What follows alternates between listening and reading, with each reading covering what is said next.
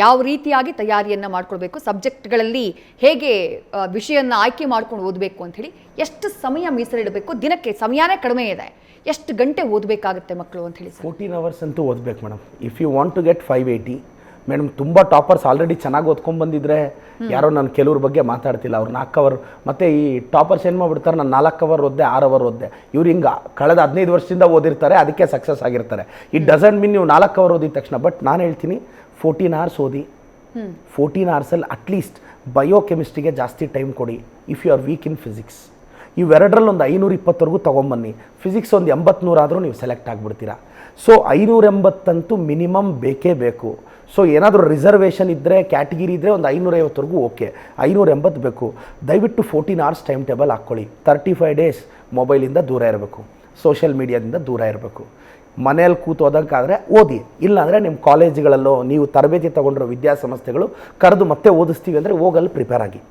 ಮತ್ತು ಕೋಚಿಂಗ್ ಈ 35 ದಿನಕ್ಕೆ ನನ್ನ ರಿಕ್ವೆಸ್ಟ್ ಮೇಡಮ್, ಕೋಚಿಂಗ್ ಸೆಂಟರ್ ಟೀಚರಾಗಿ ಹೇಳ್ತೀನಿ, ಪ್ಲೀಸ್ ಕೋಚಿಂಗ್ ಅಂತ ಹೋಗಿ ಅಲ್ಲವ್ರ ಪಾಠ 7-8 ಗಂಟೆ ಮಾಡಿ, ಅದು ಫಾಸ್ಟಾಗಿ ಮಾಡಬೇಕಾಗತ್ತೆ. ಮತ್ತು ನೀವು ಓದೋಕ್ಕೆ ಟೈಮ್ ಸಿಗಲ್ಲ. ನನ್ನ ಸಿನ್ಸಿಯರ್ ಅಡ್ವೈಸ್ ಏನು ಅಂದರೆ, ಯಾವುದೇ ಕ್ರ್ಯಾಶ್ ಕೋರ್ಸ್ಗೆ ಹೋಗದೆ ಮನೇಲಿ ಕೂತೇ ಓದಿ. ಮತ್ತು ಏನಾಗುತ್ತೆ ಗೊತ್ತಾ ಮೇಡಮ್, ಅವರೊಂದು 8 hour ಪಾಠ ಮಾಡ್ತಾರಾ, ಇವ್ರಿಗೆ ಓದೋಕ್ಕೆ 4 hour ಸಿಗುತ್ತೆ, ಮತ್ತು ಎಲ್ಲ ಇನ್ಕಂಪ್ಲೀಟ್ ಆಗುತ್ತೆ. ನಾನು ಪೋಷಕರಿಗೆ ಅಡ್ವೈಸ್ ನೋಡಿ, ನಾನೊಂದು ಕೋಚಿಂಗ್ ಸೆಂಟರ್ ಓನರ್ ಆಗಿ ನೀವು ಕೋಚಿಂಗ್ ಕಳಿಸಿ ಅಂತ ಹೇಳ್ಬೇಕು. ನಾನು ನಿಮ್ಮ ದೃಷ್ಟಿಯಲ್ಲಿ ಹೇಳ್ತಾ ಇದ್ದೀನಿ, ಈ 35 ದಿನಕ್ಕೆ ಯಾವುದೇ ಕ್ರ್ಯಾಶ್ ಕೋರ್ಸ್ ಬೇಡ, ಅದು ಗುಡ್ ಐಡಿಯಾ ಅಲ್ಲ.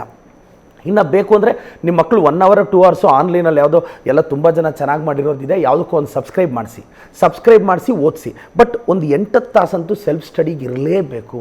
ಬಯಾಲಜಿ ಎಸ್, ನೀವು ಟೈಮಿಂಗ್ಸ್ ಬಗ್ಗೆ ಹೇಳ್ತಾ ಇದ್ರಿ. ಈ 14 ಟೈಮ್ ಅಟ್ಲೀಸ್ಟ್ 12 ಗಂಟೆ 14 ಗಂಟೆ ಓದಬೇಕು ಅಂತಂದ್ರೆ ಹೆಂಗೆ ಗ್ಯಾಪ್ ಕೊಟ್ಕೋಬೇಕು ಮಕ್ಕಳು?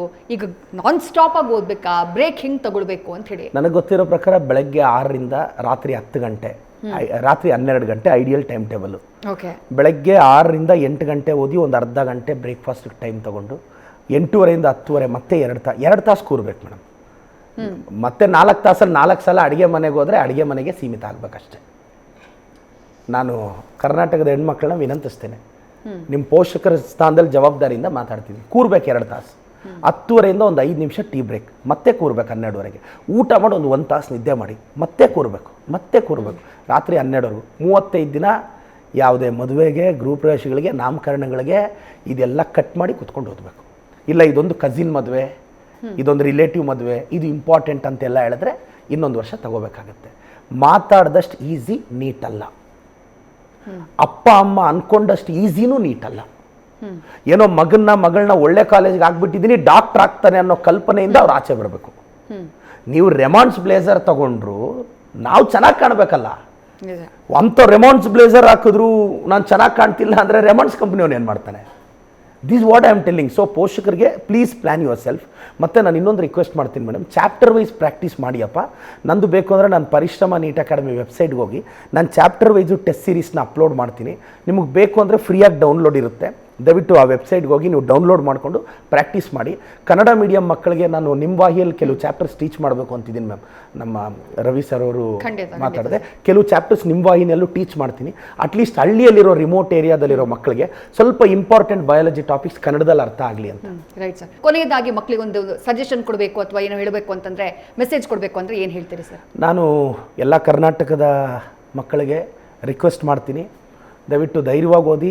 ನ್ಯಾಷನಲ್ ಟೆಸ್ಟಿಂಗ್ ಏಜೆನ್ಸಿಯವರು ಅವ್ರಿಗೊಂದು ಪರೀಕ್ಷೆ ನಡೆಸೋ ಯೋಗ್ಯತೆ ಇಲ್ಲ.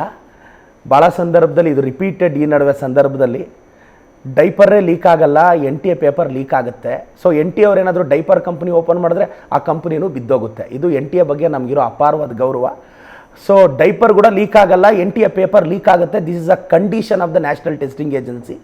ಚೆನ್ನಾಗಿ ಓದಿ, ಧೈರ್ಯವಾಗಿ ಓದಿ. ನಿಮ್ಮ ಅಪ್ಪ ಅಮ್ಮ ಕನಸು ಈಡೇರಬೇಕು. MBBS ಅಂದರೆ ಮಾ ಬಾಪ್ ಕಾ ಬಡಾ ಸಪ್ನ, MBBS ಅಂದರೆ ಮೇರಾ ಬಾಯ್ ಅವ್ರ ಬಹನೋಂ ಕಾ ಬಡಾ ಸಪ್ನ. ಕಷ್ಟಪಟ್ಟು ಓದಿದ್ದೀರಾ, ಇಷ್ಟಪಟ್ಟು ಪರೀಕ್ಷೆ ಬರೀತೀರಾ, ಧೈರ್ಯವಾಗಿ ಹೋಗಿ. ನಿಮ್ಮ ತಂದೆ ತಾಯಿ ಒಳ್ಳೆತನ ನಿಮ್ಮನ್ನು ಕಾಪಾಡುತ್ತೆ, ನಿನ್ನ ಪರಿಶ್ರಮ ನಿನ್ನನ್ನು ಕಾಪಾಡುತ್ತೆ. ನೀನು ದಿನಕ್ಕೆ 10 ತಾಸು 12 ತಾಸು 14 ತಾಸು ಎಲ್ಲೋ ಹಳ್ಳಿಯ ಉತ್ತರ ಕರ್ನಾಟಕದ ಒಂದು ರೈತನ ಮಗ, ಒಂದು APMCಯಲ್ಲಿ ಕೂಲಿ ಮಾಡೋರ ಮಕ್ಕಳು ಎಷ್ಟೋ ಜನ ಎಕ್ಸಾಮ್ ಕನಸು ಕಂಡಿದ್ದೀರಾ. BMTC ಕಂಡಕ್ಟರ್ ಮಗ, ಕಂಡಕ್ಟರ್ ಮಕ್ಕಳು ಎಷ್ಟೋ ಜನ ಫುಟ್ಬಾತಲ್ಲಿ ಅವ್ರ ಮಕ್ಕಳೆಲ್ಲ ಡಾಕ್ಟರ್ ಆಗಬೇಕು ಅಂತ ಆಸೆ ಇಟ್ಕೊಂಡಿದ್ದೀರಾ. ತುಂಬ ಜನ ಧೈರ್ಯವಾಗಿರಿ, ಕರ್ನಾಟಕ ನಿಮ್ಮ ಜೊತೆ ಇದೆ. ಎಲ್ಲ ಟೀಚರ್ಸು, ನಿಮ್ಮ ಕಾಲೇಜಿನ ಟೀಚರ್ಸ್ನ ಮಾತಾಡಿ, ನೀವೆಲ್ಲಿ ಕಾಲೇಜಿಗೆ ಸೇರಿದಿರೋ ನಿಮ್ಮ ಟೀಚರ್ಸ್ ಆಶೀರ್ವಾದ ತಗೊಳ್ಳಿ, ಗೈಡೆನ್ಸ್ ತಗೊಳ್ಳಿ. ಕರ್ನಾಟಕ ನಿಮ್ಮ ಜೊತೆ ಇದೆ. ಶಾಸಕನಾಗಿ ನಾನು ಹೇಳ್ತಾ ಇದ್ದೀನಿ, ನಮ್ಮ ಸರ್ಕಾರ ನಿಮ್ಮ ಜೊತೆ ಇದೆ, ನಿಮ್ಮ ಜೊತೆ ನಿಲ್ತೀವಿ. All the best.